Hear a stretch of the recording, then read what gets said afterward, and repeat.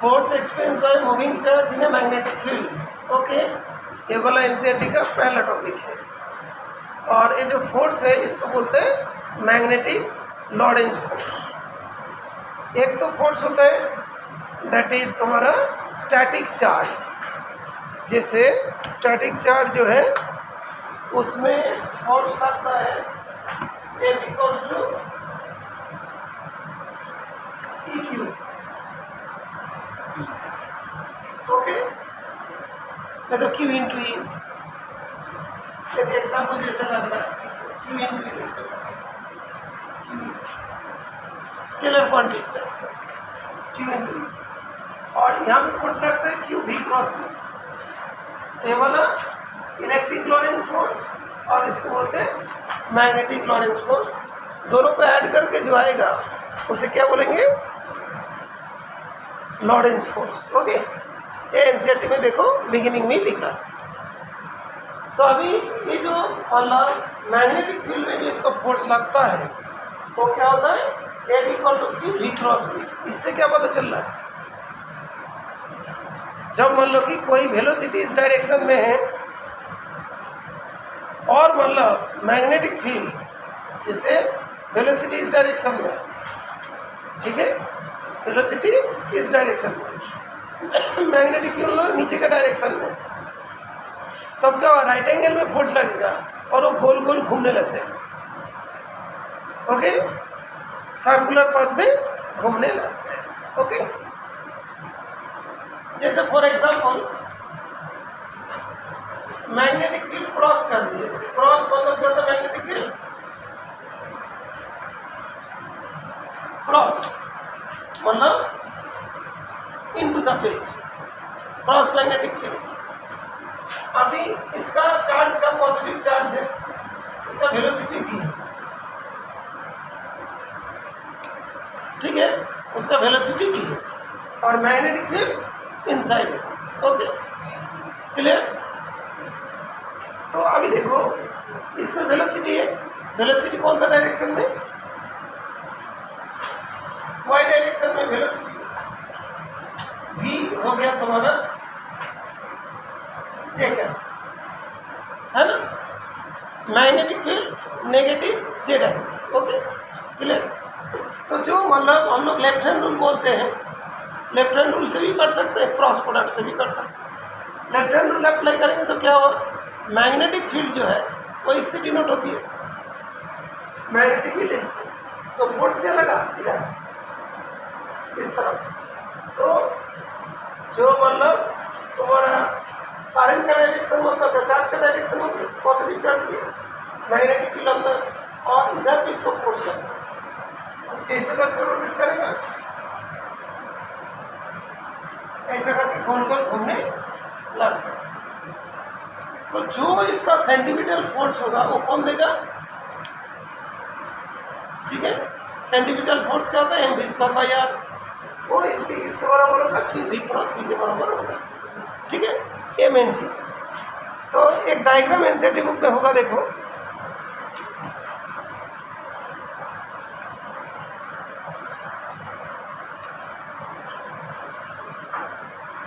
जो बाद में जाके डायग्राम है, ये डायग्राम को तुम देख सकते हो, इसलिए बोल रहा हूँ कि इसको कैसे यूज करते हो उसके बाद। ये डायग्राम जो मैंने बनाया वही बना है, वो जाना चाहता है ऊपर, फोर्स लगेगा इधर तो गोल गोल घूमेगा। तो कोई चार्ज को गोल गोल घुमाना है सर्कुलर पाथ में, तो मैग्नेटिक फील्ड में पुट कर दे, गोल गोल घूमने लगे। ओके, अभी मान लो कि एकदम मैग्नेटिक फील्ड का परपेंडिकुलर में चल रहा है, मैग्नेटिक फील्ड का परपेंडिकुलर में चल रहा है, तो वहाँ भी गोल गोल घूमते रहेगा। आई वाला वेलोसिटी कैसा दिया किसी ने, वेलोसिटी इस डायरेक्शन में दिया किसी ने, ठीक है बेटा। वेलोसिटी जो ऊपर की तरफ था परपेंडिकुलर था, उस जगह पे मान लो परपेंडिकुलर नहीं होके इस पैटर्न में, तो उसके दोनों कंपोनेंट आ जाएंगे, एक हॉरिजॉन्टल एक वर्टिकल कंपोनेंट है। एक कंपोनेंट तो उसको गोल गोल घुमाएगा और एक कंपोनेंट उसको आगे आगे ले जाएगा, तो हेलिकल पाथ होगा, गोल गोल घूमते घूमते आगे आगे जाएगा। तो देखो उसका नेक्स्ट डायग्राम होगा, मतलब कोई एंगल में मैग्नेटिक फील्ड के साथ कोई एंगल करके उसका मोशन हो रहा है, तो क्या होगा, गोल गोल घूमेगा और आगे आगे बढ़ते जाएगा। देखो यहाँ पे दिया है, वहाँ से एक इंस्ट्रूमेंट बनेगा, एक डिवाइस बनेगा, उसका नाम क्या होगा पता है, साइक्लोट्रॉन। अच्छा वो पेज थोड़ा सा निकल गया,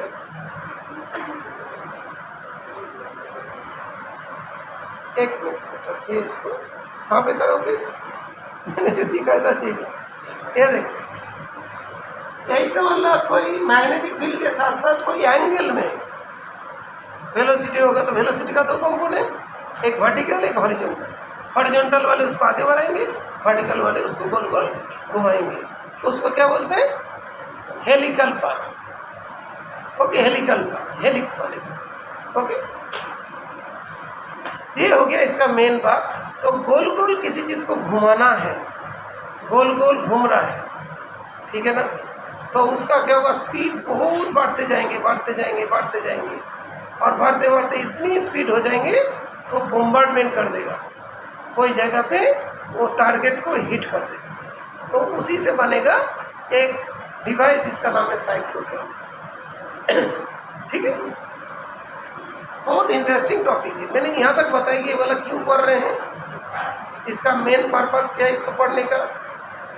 चार्ज पार्टिकल को हम लोग गोल गोल घुमा सकते हैं, इलेक्ट्रिक फील्ड तो घुमा नहीं सकते, वो सीधे सीधे जाते हैं उसके साथ, जिस तरह फील्ड है उसी टाइप से फोर्स है। लेकिन यहाँ पे जो फील्ड है उसका परपेंडिकुलर डायरेक्शन में फोर्स है। क्लियर? अभी जो एफ क्या होता है, फोर्स है, क्यू चार्ज है, वेलोसिटी और मूविंग चार्ज भी है, पी एक्सटर्नल मैग्नेटिक फील्ड, और theta is the angle between V and V. Clear? तो अभी state the factors on which the force acting on a moving charge in a magnetic field depends. इसका answer तुमने लिखा, force is directly proportional to the magnitude of the magnetic field. F is directly proportional to V. Force is directly proportional to the charge. F is directly proportional to Q. Force is directly proportional to the component of the velocity. Component of the velocity. इसको थोड़ा cross करना होता है ताकि proportional का थोड़ा ज़्यादा दे। Perpendicular to the direction of the field, that is velocity का परपेंडिकुलर कंपोनेंट को पर्टिकुलर। तो उसके बाद सेकंड दिया था, write expression for this force F equal to Q V V sine theta, और जो वेक्टर में F equals to Q V cross V. क्या मिनिमम होगा जब थीटा 0 होगी, ये तो 180 होगी, और ये मैक्सिमम होगा जब थीटा 90 डिग्री होगा। एक्स फिक्स्ड मैग्नेटिक फील्ड और एक फिक्स वेलोसिटी में मैक्सिमम और मिनिमम फोर्स कब होगा। तो उसके बाद दिया था डिफाइन मैग्नेटिक फील्ड, इससे डिफाइन हो जाएगा। डेफिनेशन बनाने टाइम में ये जो था B equals to F upon B Q B sine, तो बी एफ के बराबर हो जाए एफ इक्वल टू बी, जब क्यू का वैल्यू 1, वेलोसिटी का वैल्यू 1 और साइन थीटा का वैल्यू 1, तभी होगा। तो F will be equal to B when Q will be unity, B will be unity and sine theta will be 1, that means theta will be 90। इसका definition real लिख दो। It is defined as the force acting on a unit charge moving with unit velocity at right angle to the direction of field. ठीक है? दूसरा 1 Tesla का definition. 1 Tesla is that magnetic field in which a charge of 1 coulomb moving with a velocity 1 meter per second, इसको 1 metre per second कर दिया, इसका 1 coulomb कर दिया और फोर्स को 1 न्यूटन बोल दिया होगा। अच्छा, फोर्स ऑफ 1 न्यूटन, तो फोर्स 1 न्यूटन हो, चार्ज 1 कूलम हो, वेलोसिटी 1 मीटर पर सेकेंड हो और ये वाला साइन थीटा 1 हो, दैट मीन्स परपेंडिकुलर है ना। तो 1 Tesla is the magnetic field in which the charge of 1 coulomb moving with the velocity of 1 meter per second and right angle to the field explains the force of 1 Newton. ठीक है, ये हो गया हम लोग का पहला क्वेश्चन। ठीक है, इस बार सेकेंड क्वेश्चन में हम लोग चले। अच्छा, अभी जो टॉपिक है what is Laurent force, right an expression for it. तो कोई जगह पे electric field and magnetic field दोनों प्रेजेंट है और उसमें एक चार्ज पार्टिकल मूव कर रहा है। ओके, क्लियर, वहाँ पे एक चार्ज पार्टिकल मूव कर रहा है, तो उसमें जो नेट फोर्स लगेगा, ओके ठीक है बेटा, नेट फोर्स जो उसके ऊपर लगेगा तो उसको क्या बोलेंगे, that is Laurent force. School जा रहे हो, कुछ बच्चे खेल रहे, कुछ बच्चे पढ़ रहे, तो दोनों तरफ फोर्स लगता है, खेलो और पढ़ो, तो जो नेट फोर्स होगा उसको क्या बोलेंगे, लॉरेंट फोर्स। तो net force express, net force लिखो और नॉर्मल वाला ओनली फोर्स लिख दो। एक्सप्रेस बाय चार्ज पार्टिकल, कौन सा चार्ज पार्टिकल होना चाहिए, मूव भी करना चाहिए, मूव नहीं करे तो मैग्नेटिक फील्ड लगेगा नहीं, इसलिए मूविंग इन ए रीजियन और both electric and magnetic field और प्रेजेंट, इसको तो करेक्टली खत्म है।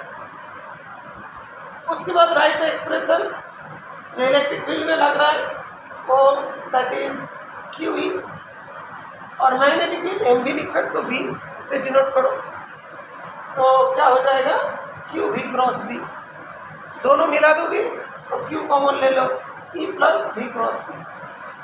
ये जो टोटल फोर्स लग रहा है बोथ के वजह से, उसको क्या बोलते हैं, लॉरेंट फोर्स। सेपरेटली बोलता है तो इन पार्ट को बोलते हैं कि मैग्नेटिक लॉरेंट फोर्स और इसको बोलते हैं इलेक्ट्रिक लॉरेंट फोर्स। ठीक है, इसके बाद हम लोग का न्यूमेरिकल की बात थी। न्यूमेरिकल करने का टाइम में ऑलवेज ध्यान रखिएगा, जहाँ पे फोर्स बोलेगा, force is a vector quantity, direction देना जरूरी है। लेकिन अभी कोई क्वेश्चन में डायरेक्शन दोगे कैसे, जैसे ये वाला question, a proton enters magnetic field, field में गया, अब फ्लक्स डेंसिटी, पहले नहीं समझ में था फ्लक्स डेंसिटी क्या होता है। मैग्नेटिक फ्लक्स जो होता है ई डॉट है, यहाँ पे हमने मतलब फाई बोलते हैं ना, यहाँ पे फाई भी बोलते हैं, तो फाई भी इक्वल्स टू बी डॉट है, तो B equals to phi upon A, phi B upon A, flux upon area. जैसे मतलब चार्ज अपॉन लेंथ, उसको linear density, charge upon area areal density, volume density बोलते हैं, तो यहाँ पे एरिया। तो जो फ्लक्स का यूनिट होता है वेबर, डब्ल्यू बी, डब्ल्यू और small B, okay, capital W small B, weber per metre square, उसको भी टेस्ला कहते हैं। ठीक है बेटा, वेबर पर मीटर स्क्वायर, तो फ्लक्स डेंसिटी 2.5 टेस्ला दे दिया। ठीक है, with a velocity of 1.5 10^7 metre per second at an angle of 30 degree with the field, field के साथ 30 डिग्री एंगल में, जैसे मतलब फील्ड बाई डायरेक्शन में था, बी का डायरेक्शन, वेलोसिटी इसके साथ 30 डिग्री एंगल था, ओके 30 डिग्री एंगल, तो इसको फोर्स को लगेगा, फोर्स इसने फाइंड कर दिया, सब चीज लिखा 3 × 10⁻12 न्यूटन, ओके। उसके बाद जरूर लिखना direction of force will be determined by Fleming's left hand rule, इतना तो जरूर लिख दियो। ठीक है, clear, direction of force will be determined by Fleming's left hand rule. अभी क्वेश्चन में कुछ भी नहीं दिया, एटलीस्ट मैं लिखूँ ना कि फोर्स को कैसे डिटरमाइन करें, फ्लेमिंग्स लेफ्ट हैंड रूल से डिटरमाइन कर लें, ओके। लेकिन अभी Fleming's left hand rule apply करने के टाइम में क्या होता है, परपेंडिकुलर वाली बात होती है, ठीक है ना। इस रूल का अप्लाई क्या करेंगे, मान लो कि डायरेक्शन के हिसाब से जब बोलते हैं मैक्सिमम फोर्स करेंगे, ओके, ये वाला लिखते हो तो क्या है कि हमारा जो वेलोसिटीज में मैग्नेटिक फील्ड किधर ऐसे चल रहा है, ऐसे करेंगे। तो अभी इसको स्विच करेंगे तो क्या होगा, इसी आ जाएगा, 90 डिग्री में नहीं रहेगा।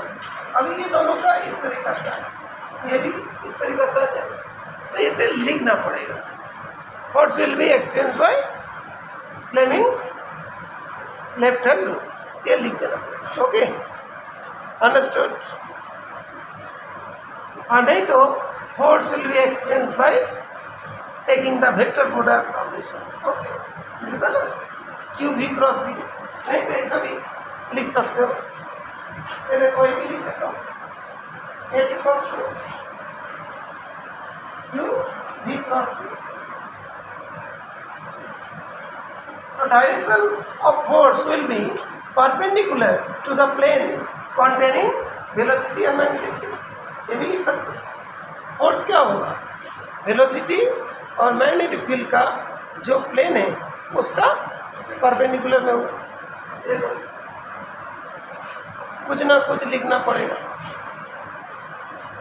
फोर्स है वो वेक्टर क्वांटिटी, बुक में दिया नहीं है और नंबर कटेगा, बेटर रहता है। Force will be perpendicular to the plane containing velocity and magnetic field vector. ठीक है, क्रॉस प्रोडक्ट जानते हो ना, जो प्लेन में होगा उसका। ठीक है, बात क्लियर। हाँ, उसे तो तब अच्छा, आगे न्यू चैप्टर जब तक हम लोग पढ़ते हैं उसके साथ साथ ओल्ड चैप्टर को भी रिवीजन करना जरूरी है, बिकॉज आएगा यूनिट टेस्ट और उसमें नंबर अच्छा आना चाहिए। ओके, हाँ बेटा बताइए, जो पहला चैप्टर का नाम क्या है? हाँ, फिजिक्स में इलेक्ट्रोस्टैटिक तो पूरा यूनिट है। चैप्टर का नाम देखो देखो, देख के बताओ, जल्दी बताओ।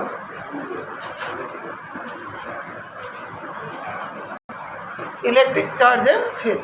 Okay, electric charge and field में जो इम्पोर्टेंट टॉपिक है, जो एक्शन उसमें आते हैं, Coulomb's law in vector form एक इम्पोर्टेंट सवाल है। ठीक है, Coulomb's law in vector form, और 1 कूलम का डेफिनेशन आता है, और तुम 10th क्लास वाले लिख के आते हो तो नंबर नहीं देगा। 1 कूलम का डेफिनेशन कोई कोई लिखता है, if 1 ampere of current passing through for 1 second then charge is 1 coulomb. No, 1 coulomb का डेफिनेशन कहाँ से देना है, बोलो बेटा। कूलम्स लॉ से F equals to K into Q1 Q2 पर R स्क्वायर। तो ये जो है 9 into 10 equal 9 होगी ना, फोर्स 9 into 10 equal 9 होगा। जब ये दोनों चार्ज इक्वल रहेगा, ओके, और डिस्टेंस कितना होगा, 1 मीटर अपार्ट। ओके, तो 1 कूलम का डेफिनेशन रिया सुनाइए, बोलो बोलो, सॉरी, हाँ 1 कूलम कौन सा चार्ज है, बोले। 1 coulomb is that charge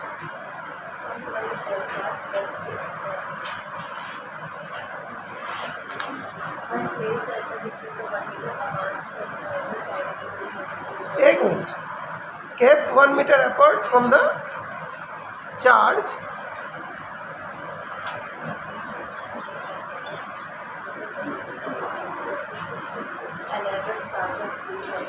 another charge of same magnitude. Force of 9 into 10 is equal 9 Newton. यहाँ पे कूलम का डेफिनेशन भी न्यूटन टाइप से आए। ओके बैठो, हाँ बेटा रंजन बताइए 1 कूलम का डेफिनेशन।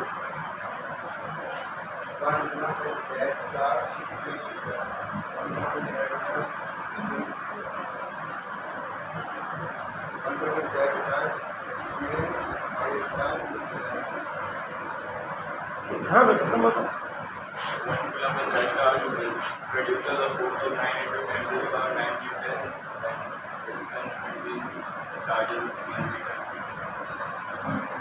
वैक्यूम छूट गया, सब कुछ छूट गया, वैक्यूम भी आएगा। अच्छा ओके, रिया डेफिनेशन को लिख दीजिए आ जाइए। तो 1 कूलम का जो डेफिनेशन हुआ, 1 coulomb is that charge when it place at the distance of 1 metre upon from another charge of same magnitude in vacuum experiences a force of repulsion of 9 × 10⁹ Newton.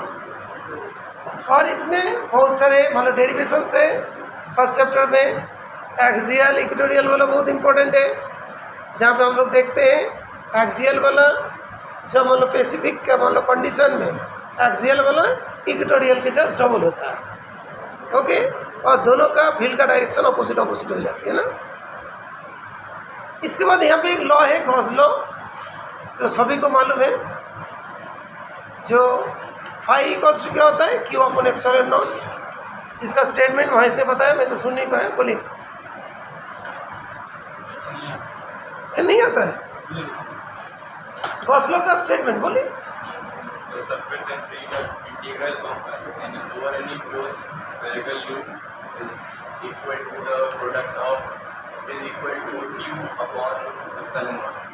नहीं ठीक से नहीं हुआ। तो total flux enclosed a surface is equals to 1/ε0 times the net charge contained in the surface enclosed by the surface. Okay, उसको क्या बोलते हैं गॉस लॉ। गॉस लॉ को यूज करके हम लोग कोई चीज़ फाइंड किए। एक इनफाइनाइट लॉन्ग स्ट्रेट करंट के मतलब चार्ज, उसमें लीनियर चार्ज डेंसिटी लिया था, उसमें आंसर आया था field equals to lambda upon 2πε0। जब एक प्लेन शीट ऑफ चार्ज लिया था तो उसमें आया था E equals to sigma upon 2ε0। याद आ रहा है सर? टाइम भी हो गया। चलिए।